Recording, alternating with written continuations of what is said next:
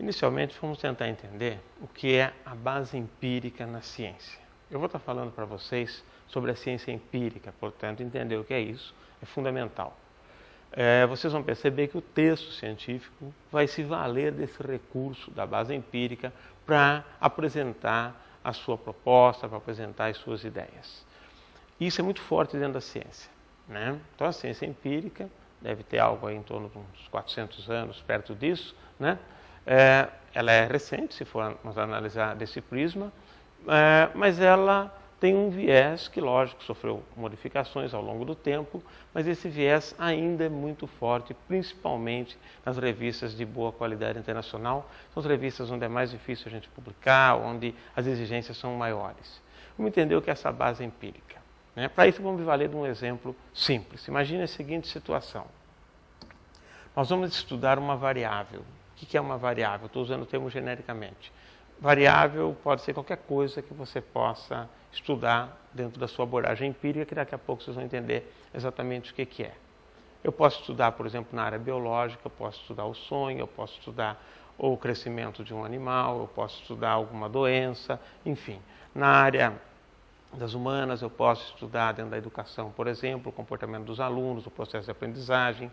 Na área mais social, eu posso estudar o comportamento das pessoas em grandes grupos, em pequenos grupos, o efeito de certas atitudes de marketing sobre o comportamento das pessoas. Na área da física, da área de exatas em geral, eu posso estudar a velocidade dos corpos, resistência de materiais, enfim, várias coisas, são minhas variáveis. No caso, você pegou uma variável qualquer que você está estudando e você vai estudá-la em duas situações, que eu estou chamando de controle e experimental. Não precisa ser uma pesquisa experimental necessariamente, é só um exemplo, tá? Esse exemplo é genérico. Controle significa a condição basal, né, ou a condição que em algumas áreas se chama de testemunha, né, na área da agrária se costuma muito falar isso. Enfim, é a condição padrão que você tem. E experimental, onde existe uma variável que você está testando sobre essa variável V1. Né? Então, vamos imaginar que você meça isso daqui e na situação controle você obteve essa magnitude da variável V1. E na experimental você obteve uma magnitude desse tamanho aqui. Tá?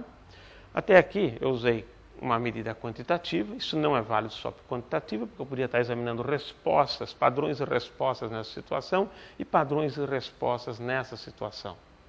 E se os padrões e respostas divergem, eu tenho como avaliar o efeito dessas condições sobre esses padrões de resposta. Então, eu só estou colocando quantitativamente, mas serve para uma análise qualitativa também, porque é a essência da própria estratégia de investigação. Você examina isso daqui e percebe que, como é numérico, né, estatisticamente há uma diferença. Se há uma diferença, vai dizer que este é menor do que aquele. Então, você está dizendo o seguinte, olha, como o azul foi menor e esse é o meu padrão, se esse é meu padrão, então eu vou dizer que o azul reduziu a variável V1. Azul reduz V1. Tá? É aí que você chega até agora. Eu dou uma lógica simples. A lógica não é tão simples assim, mas dá para a gente entender. O que nós temos aqui? Eu olho agora para a literatura e vejo o seguinte.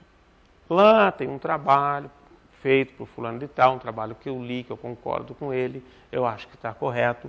E esse trabalho investigou a relação de V1 com V2.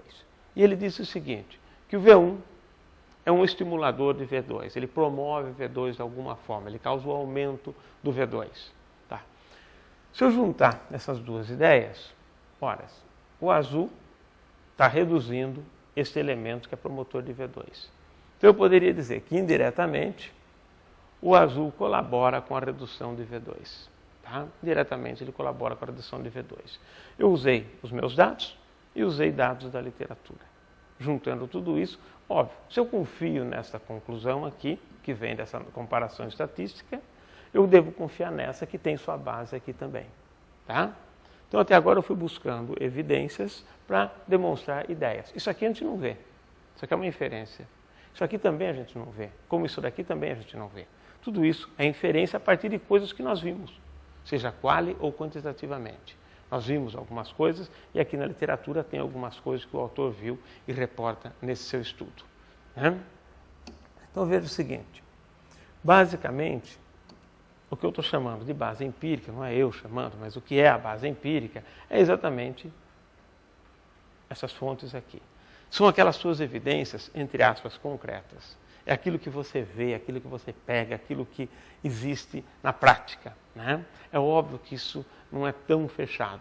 Lógico que no início do empirismo se tinha essa crença. Hoje não é bem assim. Hoje você pode considerar, por exemplo, a medida de pH, né? A acidez, ou o conteúdo básico ou ácido de uma substância. O pH tem a ver com concentração de hidrogênio. Você não vê o hidrogênio, mas vocês usam o pH como se fosse uma base empírica. Então, dependendo da área, da evolução dentro daquela área, algumas coisas, mesmo que conceituais, são já consideradas base empírica, porque eles partem daquele pressuposto, eles acham que aquilo já virou uma coisa concreta, embora não seja concreto na essência. Tá? E outras coisas são concretas mesmo. Você entrevista uma pessoa, a resposta que ela dá, aquela é a sua evidência concreta da resposta dela. Aquilo lá é a sua base empírica. Então, nós temos base empírica que sustentam ideias. Sem essa base empírica, o cientista não aceita as conclusões. Isso é muito importante. Tá? Ele só vai aceitar se tiver essa base empírica. O resto ele fala, isso é astrologia, ou alguns desinformados falam, você está filosofando, é isso, aquilo. Não, o viés científico é exatamente esse. Né? Você precisa ter evidências. Significa matar a cobra e mostrar o pau, fazer o preto no branco, é isso que significa essa base empírica. Veja aqui, você fez uma pesquisa e tem um conjunto de dados aqui e alguns dados aqui. São seus resultados, sua base empírica. Quando você coloca isso num contexto mais geral, você tem literatura. Juntando esses dados aqui com a literatura, você elabora alguma conclusão. Se você fizer a mesma coisa com outro conjunto de dados, né, juntando com a literatura, você vai elaborar uma segunda conclusão. Até aqui você tem um discurso e outro discurso. Isso não dá uma tese, não dá um artigo. Para que haja coerência, né, e aí sim a unidade, que seria um artigo, ou um TCC, ou uma tese, você precisa juntar essas coisas. Então, se você juntar as duas conclusões e elaborar uma conclusão superior lá em cima, né, mas baseado nessas duas, e cada uma delas baseada em seus dados na respectiva literatura, às vezes não tem literatura, às vezes são só seus dados, não tem problema, né? Você constrói isso daqui no formato de uma pirâmide. Isso é importante. Essa pirâmide é importante. Né? Então, veja, para você saber que existe de fato um artigo, você tem que ter essa formulação. Quando você tiver uma conclusão que reúna toda a base, aqui está a base empírica, seja ela da literatura ou seja ela sua, né? Quando você reúne toda essa base sob uma única conclusão, então você tem um corpo coerente de discurso. Esse corpo coerente se transforma em um artigo ou em uma tese. Você poderia ter um capítulo 1 na tese, um capítulo 2 na tese e aqui uma conclusão geral.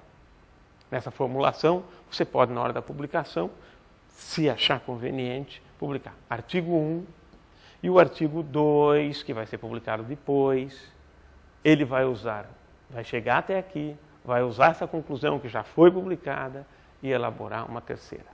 Mas se isso for enfraquecer, porque essas conclusões são muito específicas, é preferível você juntar os dois e fazer um artigo mais sólido. Né?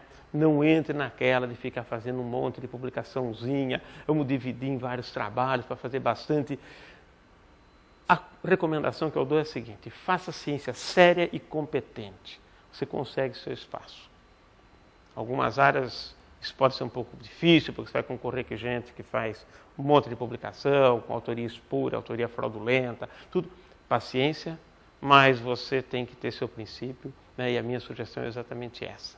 Tá? Eu segui isso na minha vida toda, sou uma pessoa que não publico muito, mas acredito que eu publique bem. Então, eu acho que funciona, não só porque eu consegui, mas outras pessoas que eu tenho visto e que conseguem isso. Né? Eu acho que não precisa ficar querendo fazer um trabalho aqui, outro lá, saiu com 2 ao invés de 1. Não. Qualidade acima de tudo. Veja bem, se você tiver agora um estudo de revisão da literatura, qual a diferença? Onde está a base empírica do estudo de revisão da literatura? Muitos dizem assim, não, a revisão da literatura não é original. Não sabe o que estão falando. Estão falando inverdades. Né? E vou dizer uma coisa para vocês. Eu sou, junto com a minha comissão editorial, o criador da primeira revista brasileira específica em publicar revisões. Chama Annual Review of Biomedical Sciences. Essa revista foi criada em 99, junto com os membros do corpo editorial dela, e ela só publica revisões, né? Então, durante esse tempo todo, eu também aprendi muita coisa, e a gente vê o seguinte: as revistas de revisões, elas não publicam resumos da literatura. Isso não interessa para ninguém. As revistas de revisão, elas publicam revisões que são trabalhos que trazem conclusões novas. Então, os dados não são seus diretamente, mas a conclusão é sua. Então, a conclusão do trabalho é original. Infelizmente, nossas instituições não conseguem ver a revista de revisão como deveria ser vista, né? Por exemplo, se não tiver 4 volumes por ano, não pode receber auxílio ou isso ou aquilo. Como que um annual review vai ter 4 volumes por ano? É meio estranho. Se é annual review, é 1 por ano. Então, veja, são concepções, só que annual review existem vários no mundo, né? Se for analisar o fator de impacto dessas revistas, são extremamente altos, geralmente acima de 5, acima de 10. Então, são revistas de fato muito fortes e é difícil publicar nessas revistas. Não adianta falar para o aluno, no seu mestrado você pode fazer uma revisão, depois você publica. Em revista boa não publica se não fizer bem feito, né? Publica em revistas que são fracas e que aceitam revisões equivocadas. Vou mostrar o que é uma revisão. Ora, a única diferença nessa construção é que os dados não vêm do seu trabalho. Você não coletou diretamente esses dados. Você pegou-os da literatura. Então, veja, você coleta os dados da literatura, você pega as conclusões ou as informações específicas ou técnicas da literatura e constrói um discurso chegando a conclusões novas. Conclusão 1, conclusão 2, conclusão 3, são conclusões suas. É como você lê aquela literatura. Em algumas áreas isso é um pouco mais comum, em outras áreas isso até choca às vezes. Então, veja, este é um trabalho de construção do conhecimento novo, por meio da revisão da literatura. Esse é um texto de revisão da literatura. E vou dizer por quê que simplesmente ficar resumindo cada autor não nos dá um texto de revisão da literatura competente. Por quê? Porque o autor sério, ele não vai precisar que você resuma o trabalho dos autores para ele ler. Concorda? Ele vai ler no original.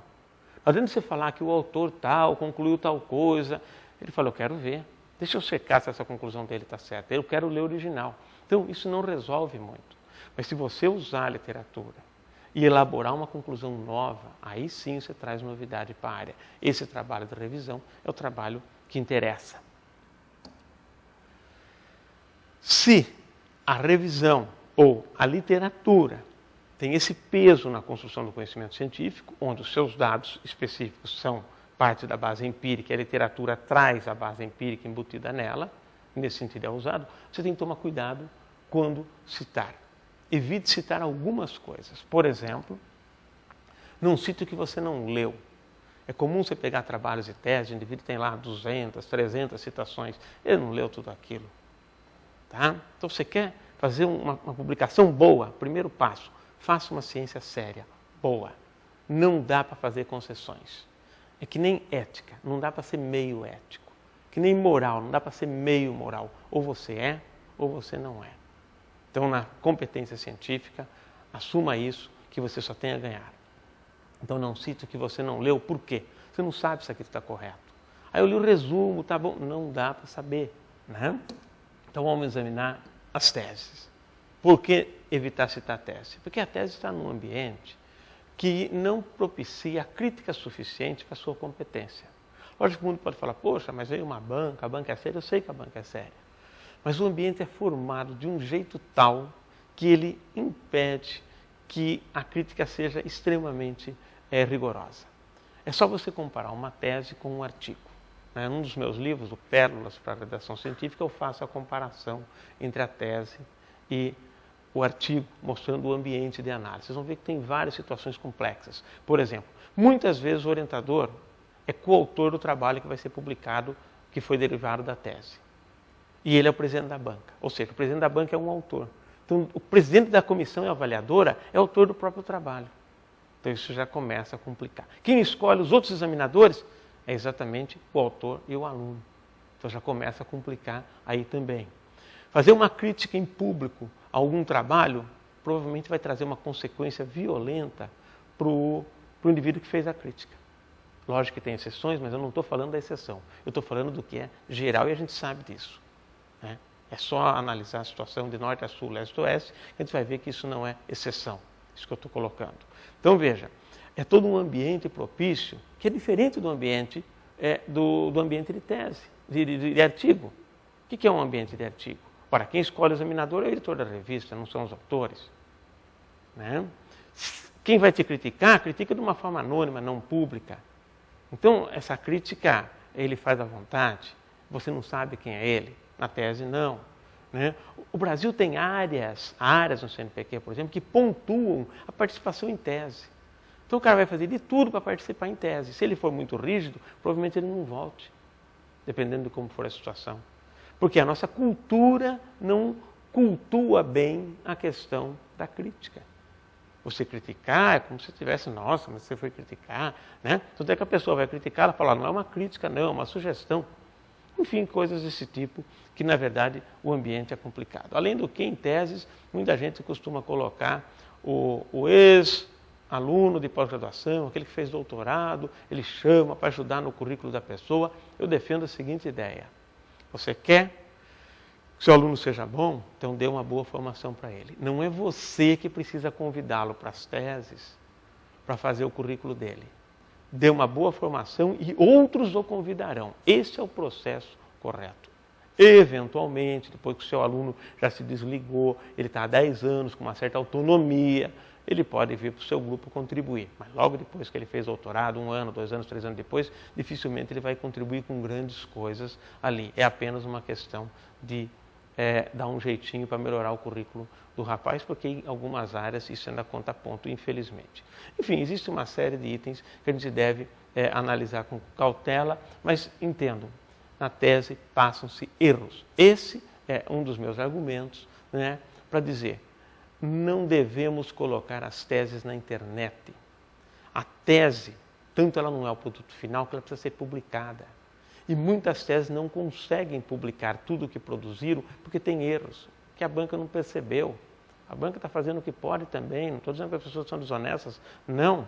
Mas na correria, nem dá tempo de analisar direito, é complicado, né? E passam erros, uma realidade é essa. Quanto do material de tese foi publicado em revista boa? Difícil. Então vejam, é uma situação complicada, mas que a gente tem que enfrentar. Né? Então a tese não é uma das boas bases empíricas, uma das boas bases para a gente usar, embora em certos momentos não tenha como. Você está em 2011, apareceu uma tese em 2011 ou em 2010, você precisa citar aquilo, você cita. Mas saiba que aquilo é um pouco frágil. Você tem que ler aquilo, ver se você concorda mesmo, não é? Se não fosse assim, você não precisaria publicar a tese. Entende? Então a tese é um produto inacabado. Colocar um produto inacabado na internet é passar para a comunidade não científica a informação que não foi devidamente validada pelo meio científico. Isso é um erro teórico, um equívoco sério e que traz consequências. Se um médico lá no seu consultório consulta uma tese que tem um equívoco que ele não sabe, porque ele não é cientista, ele consulta aquilo, acha que é verdade e começa a aplicar em seu consultório e aquilo pode trazer problemas. Então, eu diria, se tem a publicação, por que ficar colocando a tese na internet? Acho que quem propõe devia responder essa questão, né, rebatendo as minhas críticas. Uma outra coisa, resumo. Seja qual for o resumo, um resumo ou um resumo expandido. Em várias áreas existe o tal do resumo expandido, que muita gente confunde o resumo expandido com short communication, ou brief communication, ou similares. Short communication e brief communication são muito diferentes. Tá? São publicações, passam por um crivo rígido da revista, o mesmo crivo que passa por um full paper, um artigo na íntegra, né? É apenas um artigo curto. Só que para você publicar uma short communication ou uma brief communication, você precisa ter uma ideia excelente. Ou seja, o fenômeno que você demonstra tem que ser algo muito interessante. E mais ainda, né? Ele tem que estar de forma enxuta. Então não pode ter muitas páginas. O manuscrito vai ficar em torno aí de umas 10, 12 páginas. para virar uma short ou uma brief communication. O resumo expandido, ele só é curto, mas ele não passou por esse crivo. Tá? Tem revistas do exterior que, quando publicam resumos expandidos de congresso, elas colocam dentro do próprio resumo apenas resumo expandido, não cite. E no Brasil isso conta ponto. Então veja como nós temos que rever alguns conceitos sobre a construção do conhecimento. Outro item, artigos escondidos. Não adianta você citar um artigo que ninguém vai achar ou que ninguém vai conseguir ler. Então o idioma é uma das questões que esconde o artigo. Hoje, não achar um artigo é difícil, porque com a internet, qualquer revista, da pior qualidade que seja, está na internet. Faz lá uma página e coloca a revista. Então, achar, acha. Né? Você usa um buscador competente e acha. Agora, se estiver em idioma restrito, não tem saída. Mais à frente eu vou falar do idioma para vocês.